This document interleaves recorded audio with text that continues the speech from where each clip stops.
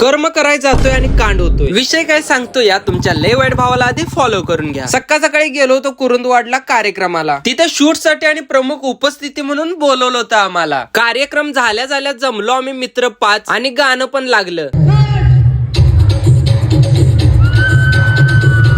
असला कांड करत येतोय घरला तेवढ्यात बायकोन पण हात धरला. चालवतीस का आता?